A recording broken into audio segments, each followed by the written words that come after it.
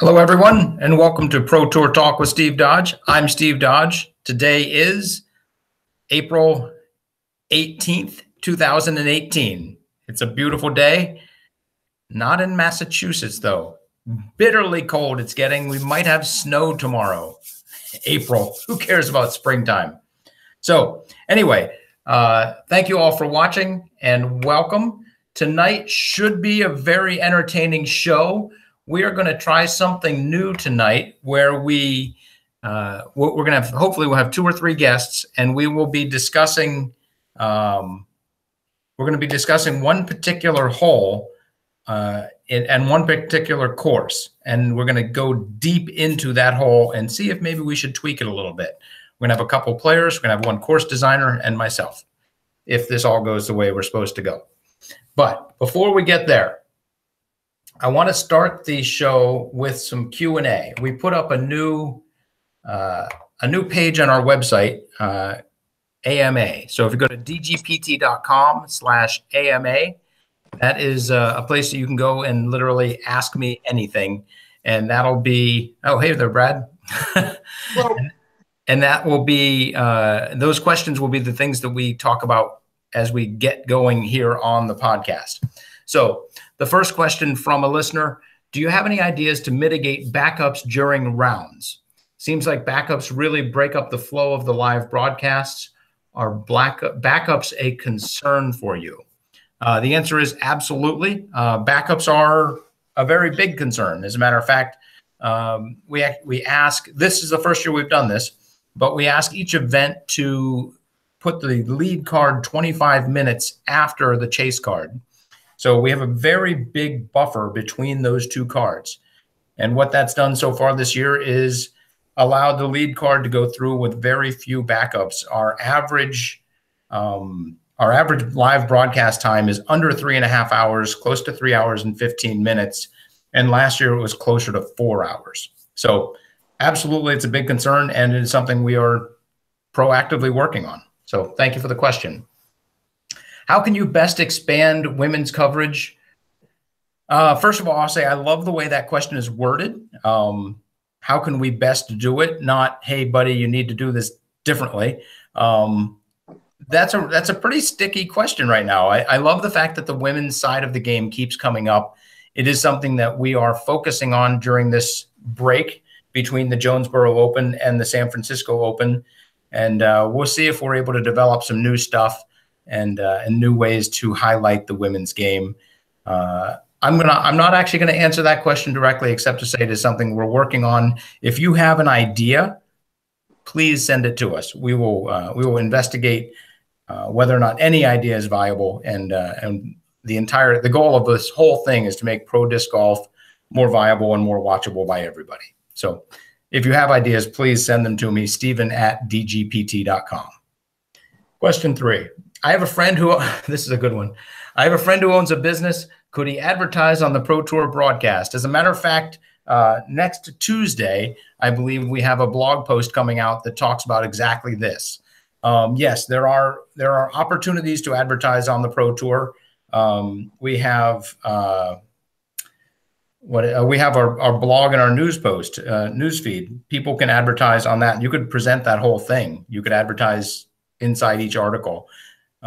You could be the presenting sponsor of a preview video for each event, or of a recap video for each event. We also have Circle Zero spots that you could advertise in. All of the advertisements in the live broadcast itself are full. We do have some ad spots on some of the Jomez edited videos. So there's lots of ways that you can be involved. We could even customize a segment of the Circle Zero show just for you. So for example, if you were a cookie company and you made cookies with ice cream on them, you could say, hey, we could have the cookie crumbles segment of Circle Zero. A shout out to Jenny. I think she said those are called snickerdoodles. So again, if you're interested in sponsoring the Pro Tour, Stephen@dgpt.com. Question 4 of 6. What can we as individuals do to help make the Pro Tour more successful? Excuse me. what can we as individuals do to help make the Pro Tour more successful? Tom, thank you very much for asking that question. I'll say thank you very much to you, because I know that you have done quite a bit. The easy thing is to go to our store and purchase Pro Tour merchandise and let people know about the Pro Tour that way. Obviously, we want everybody to watch the live broadcast. The more eyeballs we have, the more sponsors care about us. A way to help directly, go to patreon.com/DGPT, become a Patreon, support us directly, and we will give you thanks.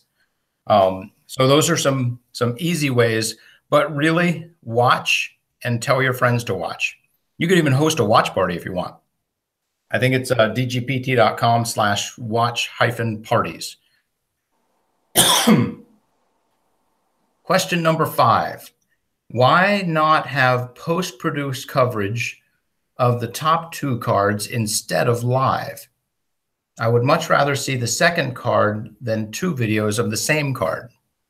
This is a great question and not an easy question. So the reason for this is there are 2 different ways to show disc golf right now. There's a live broadcast, which is something that the Pro Tour is concentrating on. And I believe that sports is meant to be seen live. It gets us emotionally involved, and you don't know what's going to happen. And that just gets us deep. That gets its hooks right in us, and we're rooting for or maybe against a certain player. So live to me is critical. Right now, however, most people watch disc golf through edited videos through, for example, Jomez. So Jomez has one method of producing videos, and the Pro Tour has a lot the way we produce videos live through Smashbox. Unfortunately, because we have these 2 methods, we both obviously want to cover the lead card. The Pro Tour's made an effort, and we will have, although sometimes it's delayed by more than we wish, we will have chase card coverage, edited chase card coverage of every chase card round throughout the season. The Jonesboro chase card stuff will be coming out right before San Francisco as a lead into that event. But suffice it to say that will exist. So we will have lead card and chase card coverage for each event. The sad thing to this person's point is some people like live, some people like edited, and whichever one you want, you obviously want to watch the lead card. And so we need 2 crews on that card, and that's the way that is. And then Disc Golf James asks, are you attempting to overtake the PDGA and become the ruling body of disc golf? The answer to that is no. All right, moving on. Oh, that's a different email here. Let's go back to my outline. I will open the show with some Q&A. We have done that.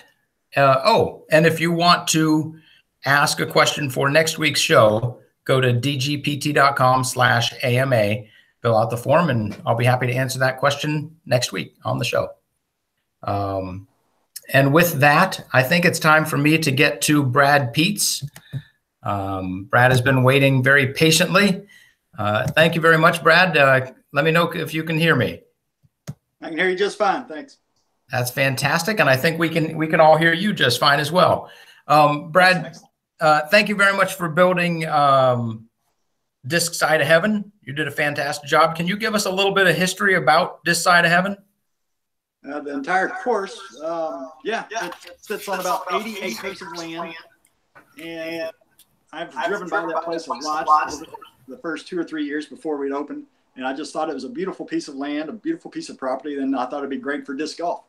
We only had 1 course in Jonesboro at the time. It was a very wooded course, not very beginner friendly because it was every single shot was through the woods. And so it was just kind of a wild idea I had to go out and try to create something here in Jonesboro. From the very beginning, the idea was to build 2 courses, one that would be able to introduce people to the sport, a little more open, shorter. I've actually whenever we opened, we actually had 4 tees marked on that course. The green tees were for kids, 12 and under. And again, just a way to try to encourage people to come out and learn how to play. So the rec side had the 12 had the four. Peggy just walked in, threw me off for a second. Had the four tees for the rec side, and then the champ side. The whole idea behind the champ side was to do exactly what we've done the last couple of years. I wanted to build something that was strictly for the top of the top, best in the world players. And so with that 50 acres of land, that the champ course sits on about 50 acres. That's what I wanted to do, was build something that would bring people to town. And about 5 years ago, we opened in March of 2013 is when both courses opened. I contacted you probably 3, maybe even 4 years ago now, and sold you on this crazy idea of bringing disc golf to Jonesboro, Arkansas.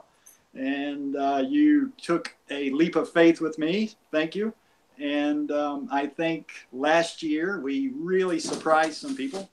And I think this year it was even more of a surprise, just how much the course, what the course is meant to do, and that's to challenge the best players in the world.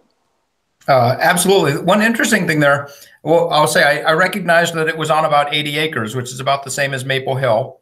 Okay. And the course plays on about 50, the big course, which is about the same as the Maple Hill Gold course. It's kind of fun that those numbers kind of jive. I didn't realize that you started with a green course, or is that what you said? You started with a green course? Well, no. On the rec course, there's 4 tees. There were green tees, red tees, white tees, and blue tees. So, I mean, the rec course from the blue tees still measures out to 6,400 feet. So, I mean, it's still a pretty challenging course on the rec side. But the green tees, changed it down to almost 2,500 feet. So, cut more than half of it. Again, just to bring my boys out there and have them play the same course that I was playing. Right. And it absolutely makes it beginner friendly and family friendly. And you get a lot of people that are able to come out and play. As soon as Maple Hill brought in the red course, which is our short course, the numbers and the types of people playing increased dramatically. That was a very good thing. So you, leading up to this tournament, you told me a pretty fun story about some trucks. I'm wondering. You might say it's fun. Others might disagree with you. After the fact, it was fun. But let's just start with a number and not tell anybody what this number is. Can you give me a number, and then we'll explain the story, and we'll get back to what that number means? I'm guessing 4. That sounds like a good number. All right, now explain to me why that number matters. Okay, hole 18, longest, one of the hardest holes on the course, if not the hardest hole on the course. Big valley shot. It's where the creek bed flows through. And the month of February, Jonesboro, Arkansas received 14.5 inches of rain the month of February. The normal amount of rain is 4 inches of rain in February. And then March was also very wet. It wasn't record wet like that, but we also had an extremely wet March. So all of that water was flowing through the creek bed. The way the entire property drains to that, it'd be a week without rain, and you still had groundwater coming up out of the ground along the creek bed. And so whenever my tent guys to come out and set up the tents, they were going to go up to the hill there on hole 6/16 and set up the tent up there. Well, they got stuck. And so they got stuck in the creek. Jordan, who's my right-hand man and everything, Jordan's got a big, huge 4x4 Toyota Tundra, big truck, big engine. Hold on a second. So the tent guys, they're driving out to the tent place where they're going to put the tent, and their truck, which is not 4-wheel drive, gets stuck. Correct. Okay. And if I'd have known it was not 4-wheel drive, I'd have never let them go out there in the first place. Right. I thought it was a 4-wheel drive truck. So they get stuck. Jordan has to stop what he's doing out on the course, drive over to hole 18, and get them out. So this was on maybe Tuesday or so, maybe Monday, maybe Tuesday, that the tent guys get stuck. Well, then on, I believe it was the next day, whatever it was, Tuesday or Wednesday, Jordan has been driving all over the course. He knows where to go and where not to go. But unfortunately, as much as he was driving, he was running up the creek. Right. And where he got to, he sunk his Toyota. And when I say sunk, I mean sunk that 4x4 down to the axles and down to the doors. So here's Jordan. Yeah. And we got a windstorm all of a sudden. And so Jordan calls a buddy who's got another big, huge 4x4. He comes down. He hooks it up to the Toyota. He gets stuck. We dig him out. He goes home. We call a wrecker. That was probably a mistake, but we thought that we could get a 100-foot long cable to Jordan and pull him out. The wrecker doesn't even get close to him, and the wrecker gets stuck. And so wait. The wrecker has like a 100-foot long cable, so he's 150 feet away. Oh, easily 150 feet away. He never even got to him. And so the wrecker gets stuck. And so the wrecker literally winches himself backwards up the 18th fairway, winches himself up backwards to get out of there. And then Jordan had to call a buddy with a skid steer on the next morning to get his truck unstuck. So we had 4 trucks stuck in hole 18 in a matter of 24 hours. It's good to have a winch on your truck so that you can get yourself out. Right. Yeah. And it was that unfortunately right there in hole 18, that's where a lot of people walk, and it's right at the bottom. It's at the beginning of the landing zone, so it was torn up pretty bad. So that kind of stunk, but we managed through it. We had some hay bales out there that we put hay down so he could walk on the hay instead of the mud, and we filled in the holes as best we could to where they, to where they rutted it all up. But we made it through.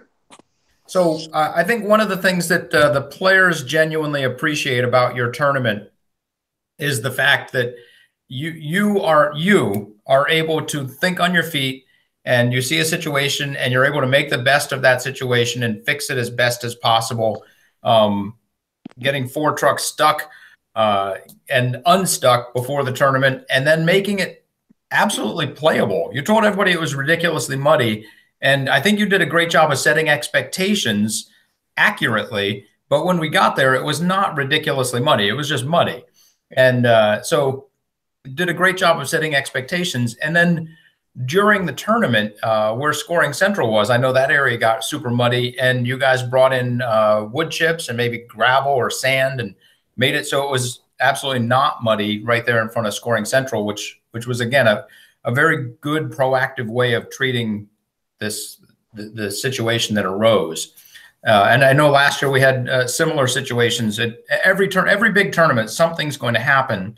It's just a matter of dealing with it calmly and confidently and making sure that things get fixed as best they can. So kudos to you, and thank you very much. And I think you said it, you surprised a lot of people last year. And when we look at the pro side of the field last year, I think it was somewhere on the order of 60 men and women came out and played. And this year it was somewhere on the order of 110 or so. So almost doubling the number of people that came out and played. Do I have those numbers close to right? You do. There was 120, I think. There's 104 men and 15 women. So you're right at 120 this year. That sounds great. So almost doubling the number of people that played. So kudos and thank you to you. I think we have Katrina Allen here. Katrina, are you? Can you hear us? I can hear you. Can you hear me? Maybe not. And Katrina, can we hear you? I can hear you. Can you hear me? All right. I can't hear Katrina. Hold on. But she's here. Oh, wait. Maybe if I do this. Katrina, try again. Okay, I'm here. Okay, fantastic. I had your volume very low, but okay. We don't have any video. I don't know if you're in a place that can't do video or not. I'm just not really sure how to work. Oh. I'm just in the car. I'm actually at dinner. I'll be completely honest. I totally spaced it. Oh, well, do you have 10 minutes for us? I have 10 minutes for sure. I'm waiting on my food, so it's perfect. Okay, fantastic. So, yeah. Brad, I'm going to drop you like a hot potato for a second. Hi, Brad. Bye, Brad. Hey, I'm going to finish my pancakes then. Oh, fantastic. I'm working on my ice cream. So this is what happens at dinner time. So, Katrina, are you holding us with your left hand or your right hand? Both. Oh, that's good. So, first of all, Katrina, before we get into it, because I know we have about 9 minutes to spare. Okay. So you're on the road full time for 3 or 4 years now? This is my 8th season on tour. Well, as far as I know, because I've been on the road 3 years now, so I assumed you'd been a little longer than that. Yeah. 8 years in a row. Congratulations, and congratulations on being the very first tour champion at the Disc Golf Pro Tour. Thank you. I want to know, do you have any funny stories from the road? Does anything odd ever happen where you're going along and things just maybe don't go the way you expect, or something funny just happens and that you want to share with everybody? Gosh, something funny like that? Or it could just be a broken tire. It could be anything. No. Well, actually, I was picking up Kevin and Austin and 2 guys who are down here from Canada to meet Kevin's dad for dinner. And actually, my car like just turned off. Like all the electrical in my car just turned off. So I was supposed to pick them up and take them. So I don't know. I have to deal with that after dinner, but I don't find that very funny. But that's happening right now. Mm-hmm. Where are you? I am in Greenwood, Arkansas, just south of Fort Smith. All right. So if anybody is listening and is in the Fort Smith, Arkansas area, they can go to a restaurant and find you and fix your car. Yeah. I think it's just going to be my battery, but I just bought one a year ago, so we'll see. I don't know. I've had batteries go dead on me very quickly, but I usually leave the lights on. Yeah, but I have a newer car, so it shouldn't. Oh, yeah, that's right. They got rid of that. Anyway, so moving on to the topic at hand, and Brad has not gone over, we haven't gone through hole 5 at all, but I'm gonna let you jump in and give us your 5 cents worth. Hole 5 at Jonesboro, you're playing from a tee that has maybe 250 feet to the OB, and then another 80 feet to the island green. It might be far. Brad, is it farther than that? I think it's a little farther. A little further, yeah. Okay. Yeah. So, and then now the reason that this hole came up, though, is because what's happening is most of the women and men are opting to play it safe and not go for the peninsula green there. And the goal that I would have would want about half the women to go for it, and I would want about half the women to lay up. Just in general, I want to give people an opportunity to say this risk is worth the reward. Yeah. How did you play that hole, and how would that hole be changed for the better, bearing in mind what I want? Honestly, I think it's just, how do I explain it? I went for it the first round and made it. Then it was really windy and snowing, so I laid up. And then the last round, I went for it and just threw an errant drive. But I personally think maybe just a little shorter if you want it to be that straight shot. Because you kind of, with those trees, have taken out the hyzer. Okay. And I think that's the most comfortable shot for most people to throw if they're going to throw. Is the hyzer? Well, at least for me, like a distance control shot, I want to throw, like a flat hyzer and so maybe a little shorter and then I think what's hard is that straight shot in the wind. You know what I mean? Yeah. Yeah. Where the tee pad is and those trees are, you kind of force it to be a straight shot, which is one of the hardest shots in golf. And then with the wind, it makes it an even harder shot. The second day, I totally understand, and I would be surprised if anybody went for it on the second day. I don't think so. Playing in snow and it's 30 degrees, that's not, yeah. You don't want to take a shot, any kind of shot that's challenging. So I guess my 2 cents are either move it back somewhere where the layup shot's way harder, or your second shot would be harder. Right. Or I guess move it left or a little bit shorter where it's more tempting to go for, I guess. Where the shot is more of a natural hyzer. Well, not even necessarily that. Just like I said, if you want to keep that straight shot, my personal opinion, it'd have to be a little shorter for people to want to throw that shot, or like maybe left. But then lefties are going to be mad, so I don't know. Course design is tough, and that's why Mm-hmm. this is a new segment that I want to introduce on this show, which is getting into the weeds on one particular hole, and recognizing, okay, people throw differently. You don't want to give advantage to one over the other. Brad, Right. Brad, does anything she says ring true or false, or make you think maybe we should change this? No. The very first thing she said was about the trees, and that is something that Jordan and I discussed this year. Actually, was taking down. There's 3 little trees right there that block that hyzer shot. Yeah. We talked about taking down 1 of them this year. We talked about taking 2 of them. We talked about taking 3 of them. Trees are actually much harder to put up once you take them down. So this year we kind of wanted to see how it played out this year, and to kind of get some feedback before we did take down those 3 trees. And so, just hearing Katrina right now, I mean, that kind of answers one of our questions. Looking at the stats and seeing that very few people went for it, it kind of answers that question. So those 3 trees looks like they may be gone next year. And again, we didn't want to do it this year and screw the hole up and then say, man, we wish we'd left those trees there. And so now kind of getting that feedback, we're going to look at it and see what happens. I wonder if I'm trying to think about the placement of all those trees. Do all 3 of those trees need to go, or could this be something that you sort of piecemeal into and see if getting rid of 1 of them or 2 of them is enough? Katrina, what are your thoughts on that? I was actually just trying to think about that. If the first one goes, you might have a little more room to work the hyzer.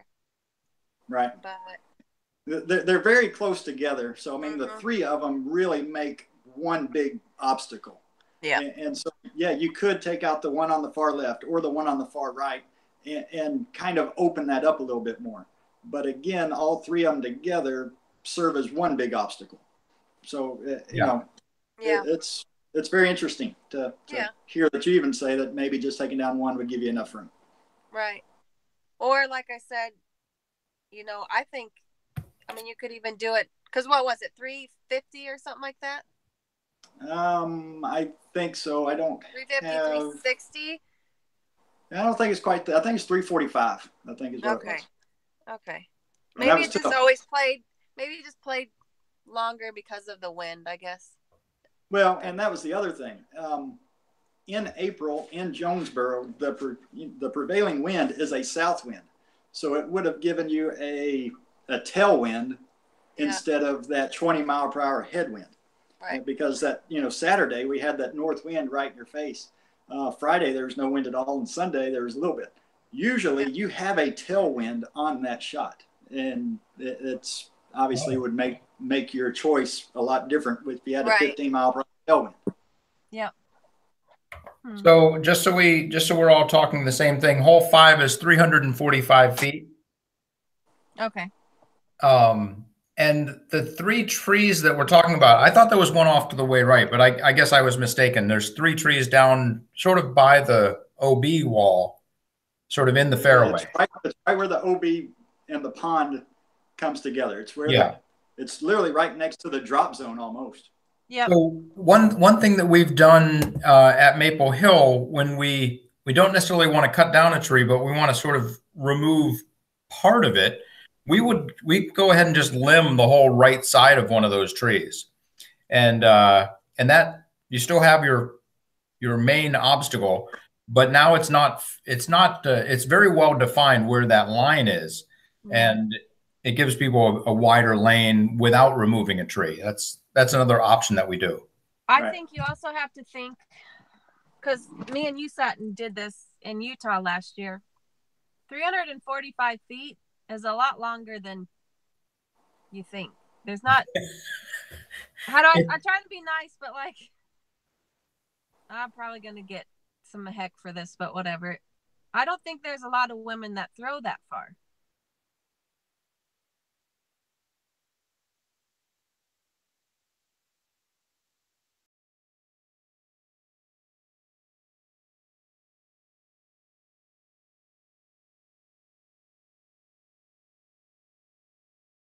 Hundred 45 feet. It's downhill a little bit, so it probably plays closer to 330 or 320, but that's very different than 290. Those are very different numbers.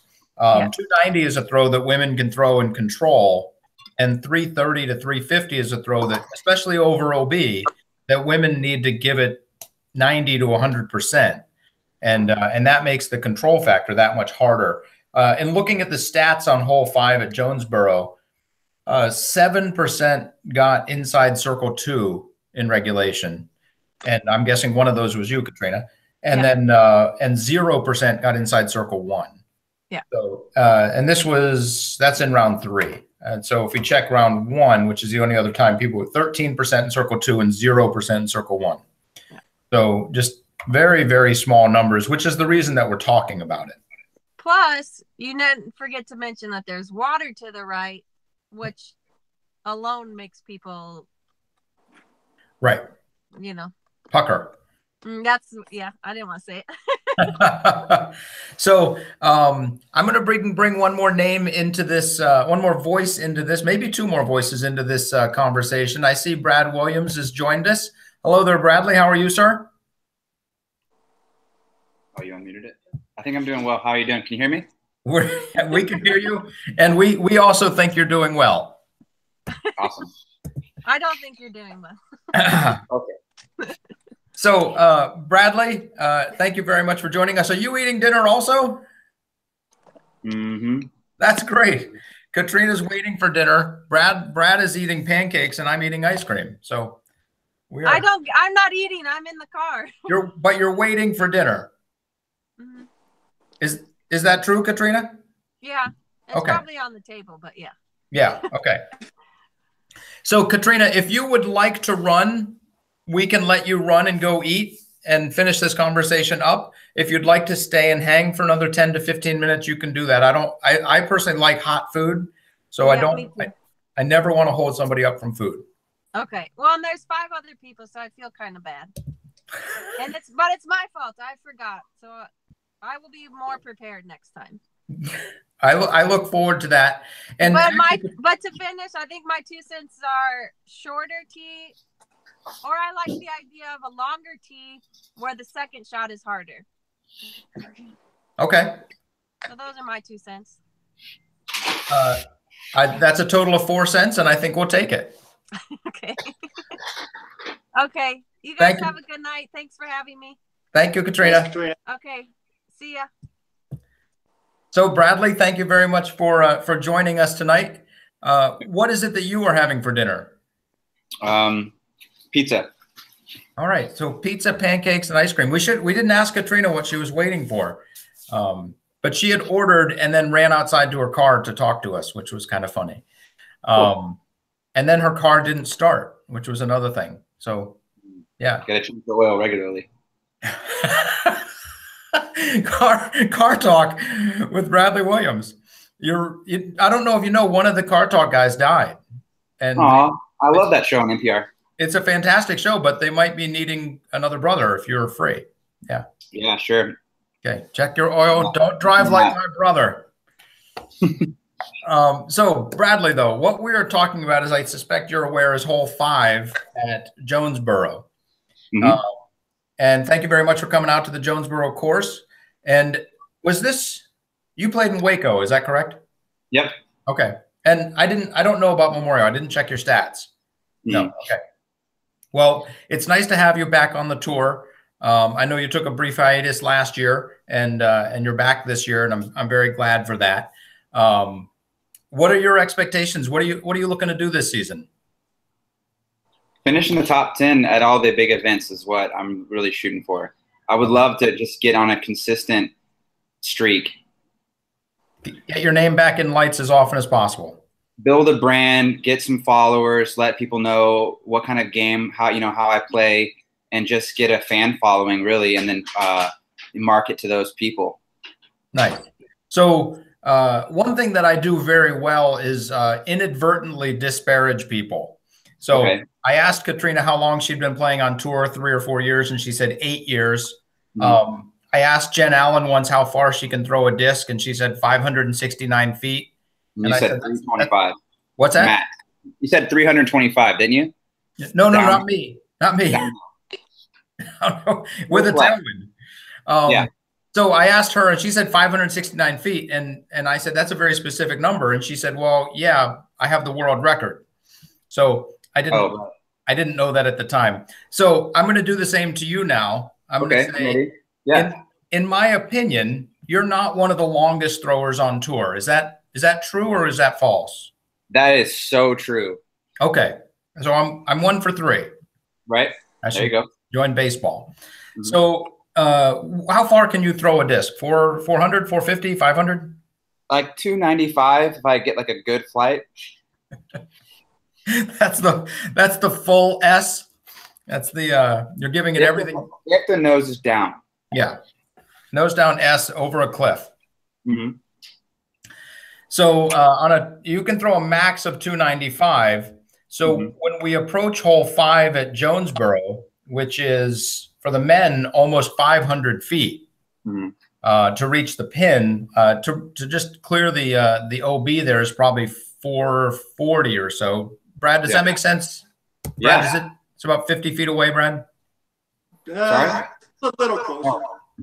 Oh, this is interesting. We have 2 people named Bradley. You can call me Cactus if you want, or Bradley. Cactuses have little thorns and are all prickly. Right, yeah.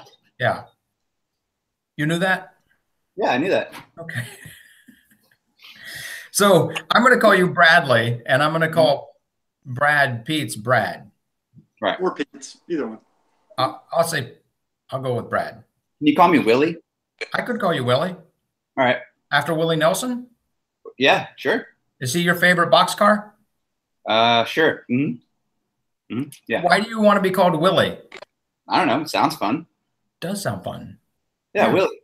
Okay, Willie. You can call me B Willie. Oh, your last name. Right. There you go. I'm one of the most prepared podcast hosts in the world. I'm like one of the least prepared guests in the world. Okay, that works out well. So do you know hole 5 at Jonesboro? Mm-hmm. In your opinion, is that hole too long to go for the green in any situation? If the pond was like a sand trap or whatever kind of bunker where you didn't automatically lose your club and a stroke, I don't think so. Okay. Brad, that's an interesting take. And one that is an interesting take. I didn't anticipate that comment. What do you think of that? It would be difficult, I think, to make it a type of sand trap, especially when the water's Just up fill high. it in with sand. Just fill it in with sand. And if you land in the sand trap, you have to play a forehand, no penalty stroke. You just play a forehand. Garen, that's what you have to do. So the interesting thing that just happened, and this is something that I had not considered. When you play USDGC and it's all ropes and you miss your shot, you don't lose your disc. You lose a stroke, of course. Right. But you were able to go for it, but you still keep that disc, which really matters. At Maple Hill, when you go over the pond, if you miss that disc, you're on hole 1. You miss that disc, which you were counting on for the rest of the round, is gone. Yeah. Could be a driver you've had in your bag for a year, and there it goes. Bye-bye. Whoops. And that's it. I remember watching some people warm up at Maple Hill, and I think it was either 14 or 16, which is like 450 feet to clear the water. And I think it was Paul Ulibarri, and he threw 3 or 4 discs, and then he brought out his blue one, and he said, "This is the one I'm going to throw during the tournament." And it just went straight at the pin, held the line the whole way, and made it. And he said, "But I'm not going to use that during practice because I can't afford to lose it." And people have discs like that. It's important. Absolutely. So huge point, Bradley. I genuinely appreciate you making that point. So for you, it is simply a matter of the difference between losing the disc and not losing the disc is what makes this an unapproachable green. No, not necessarily, but that's a strong point. I think hole 4 is a pretty easy par 4. Yep. So if you haven't gotten birdie until then, you just probably got a birdie on 4. And then 5, since hole 6 is an easy birdie, 7's an easy birdie, and hole 8 are easy birdies, it's not really worth it to gamble on losing a stroke and possibly your disc when you've just got a birdie and you're about to get 3 more. Please, the time is 8:40 in the library. So the hole 5 just kind of plays in a little stretch where I don't think it's worth it to go for it, but it's totally reachable.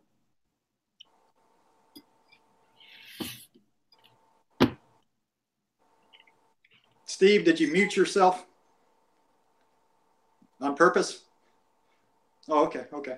All right. Well, let me ask this, Bradley. If our plan, everybody's got plans. One of our biggest plans is to dress that area up a little bit more to make the pond edge a little bit more defined. And to do that, we'd have to go in and scrape out the pond, flatten it out a little bit, build the wall, and then fill it back up. Once we did that, the water theoretically would not be as murky as it is now. And if we had somebody sitting down there, like, we had somebody who's going to do that for us until it turned to be 20 degrees. We have somebody sitting down there in waders to get your disc right back out. If we cleaned up the pond edge to where the water was a little bit clearer and we had somebody down there fishing them out as soon as they went in, would that change your mind a little? Absolutely not. No. Okay. Interesting. Okay. Again, just because of the easy par 4, the birdie 6, birdie 7, birdie 8, it's just not worth it in that stretch. Nah. Interesting. Okay. So, fantastic take on the course, and in my opinion, much deeper than I would ever think about the course. I look at each particular hole as a thing, and I don't look at, okay, I'm about to get 3 birdies, I don't need to push right here. Bradley, I would say when I look at this hole, in my opinion, I want more people to go for it, because something on the order of 10 to 15% of the top of the MPO field went for this hole. So I would like that number to jump up to 40 to 60%, depending on the weather. Do you think that's a possibility? One thing that was talked about was limbing or cutting some trees. And do you think that my goal is valid? Sure, absolutely. That would be a great opportunity. If you could do something to make that hole not much of a risk, Besides the OB itself. Right. I mean, you still have to throw it 500 feet downhill. Yeah, something like that. Probably like 450. Yeah, it probably plays closer to 450 for sure. Mm-hmm. But you still have to actually execute the shot. Right. So, Brad, what do you think of that? Think about which part. Sorry. I mean, I was in there with you, but think about which part. The 40 to 50% going for it? Well, that part, and the fact that, well, that's interesting. Bradley, what did you say about if we move that tee forward or limb some trees, would you go for that hole on a 450-foot throw? You're thinking about moving it down the hill, the tee? Well, no, we're just thinking conceptually. What's the best way to make this happen? Is it to move the tee, to limb some trees, or leave it like it is and hope we get better weather where more people can go for it anyway?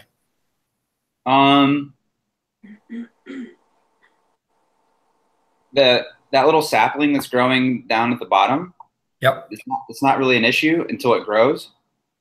Right. So just designing the shape of that tree is going to be important over the next 20 years. Right. So that's something that you're going to want to protect if you're going to let it grow, is try to maybe pull the tree to bend a certain way. But I think it's cool down there. The drainage that drains down into the pond from the road, that little like creek or whatever. Right. Maybe that part isn't part of the OB, and you get creative and build an artificial bunker, some aerial obstacles out of wood or something like the Europeans are doing, just like a putting hazard or a collection zone. I don't think it's very difficult for a pro to play the wide hyzer over the OB wall and push where the wall is now I think that's pretty doable. And then you have that little jump putt or whatever, like the 70-footer, 60-footer. Right. I think that's pretty cool. And then you have the guys who want to flex it with a tailwind or whatever and go for the green. But pushing the hyzer and maybe getting a bounce over the wall and then boom, you're putting for 3 instead of a 2 is kind of like not really that encouraging. But it would be doable if you didn't automatically lose a stroke by getting in that 60, 70-foot putting range. Because the disc golf green is probably like an 80-footer. So you don't want like a random little kink of OB. The front of the green is really where that sapling grows, in my opinion. It's very that in disc golf, you know, it doesn't have to be within 32 feet to be the green. I think it's an 80-foot shot. So having a little strip of OB in the front maybe isn't the best idea. You could leave the OB out to the right in the pond if you want, and maybe make some sort of a challenge there. You know, I don't know what it would be, but then that hole would be cool because people would play the hyzer shot and maybe opt for the 60-footer, 50-footer, and then the guys could, you know, attack it for the park job, I guess. Yeah. Okay. I'm with you. Steve mentioned the weather, and that is one thing that, you know, this is 2 years in a row now that our weather has been abnormal for springtime in Arkansas. Usually you have a 10 to 15 mile per hour wind out of the south every day, which would be a tailwind on that shot. It would be right by, it would give you a 10 to 15 mile per hour tailwind. You guys did not get that any of the 3 days this year. And so that.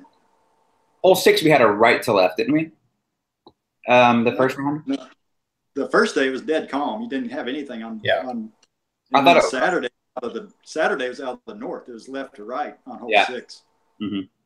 Gotcha. And it's usually the other way. It's usually right to left on hole 6, which would give you that tailwind on hole 5. Yeah, that would make it pretty nice for sure. Bradley, just to recap what you said, because I tried to follow along, but my little mind has trouble sometimes. It sounded like you were saying instead of having the OB over the creek right in front of the green where those little trees are, just sort of make the OB almost straight down and leave a little strip that's actually inbounds. So you can be as aggressive as you want. As long as you go left enough, you're going to bounce. You're going to see a lot more players opting for the hyzer shot and pushing it instead of that inside flex. Yeah. If they have that room, they would just attack the creek. Yeah. And you would see a ton of players at least bidding for birdie. Absolutely. Right.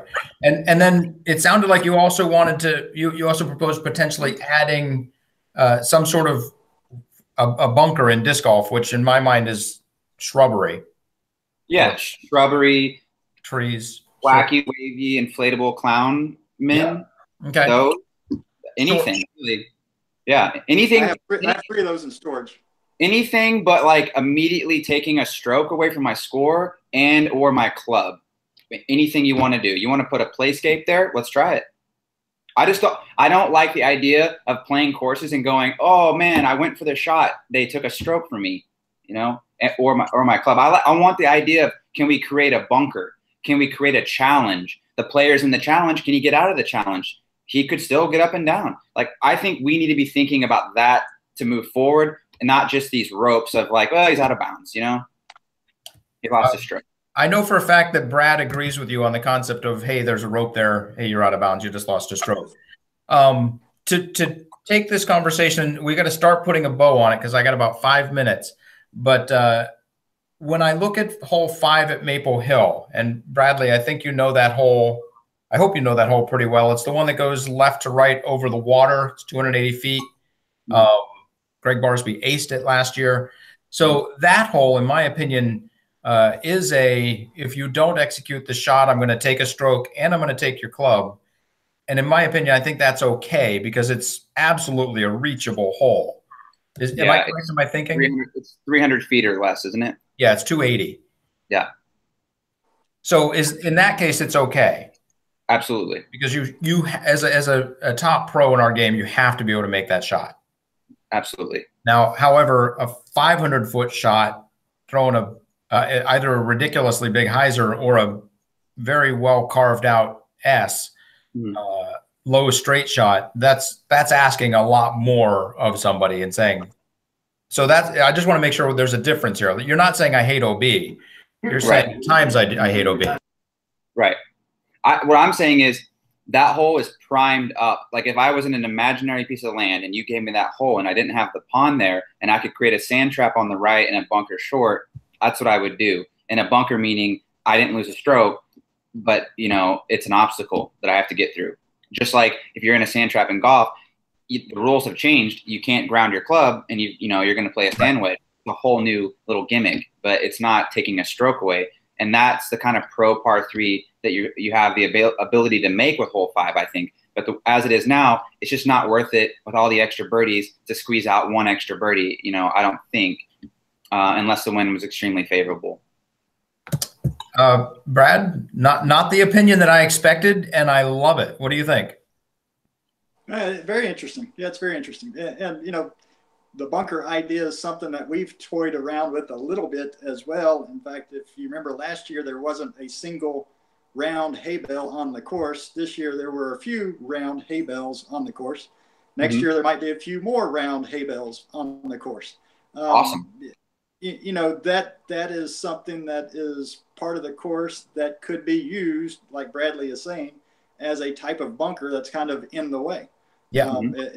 It's not taking away a stroke. It's not rope that we just put out in the middle of nowhere, but it's well-placed hay bales that you have to throw over or throw through or throw around. Yeah. I like it. Well, I'm going to go ahead and just say thank you to both of you. Actually, I'll give you, do you guys have any last comments you want to do on hole 5 before I say thank you and bid you adieu? Bradley? No, I'm good. This has been fun. Thank you. Okay. And so thank you both for being here. It's been a great conversation and happily one that went in a different direction than I expected. It's always good to be open to new ideas and ready to listen. And Bradley, I'm really glad that we got you on here so that you were able to tell us that. I don't know what Garrett Gerthy would have told us, but it probably would have been different. So I'm glad that we got you and we're able to listen. And Brad, thank you for telling us your story and telling us about the number 4. Great. I appreciate it. So, and to everybody listening, I will go through the chat and we'll get any extra last comments and questions, and we'll answer those in the after part of the podcast. Again, feel free to download the podcast on your favorite podcast app. It's Pro Tour Talk with Steve Dodge. We have a new podcast that comes out every Sunday morning. It's Dixon Jowers interviews, and it's called The Profiles, PRO space files. Bradley, I expect you'll be one of our people that we interview on that in the coming months, and I look forward to hearing about your travails and what makes you who you are. And Brad, thank you very much. I look forward to shaking your hand in about 11 months. Good night, everybody. Yeah.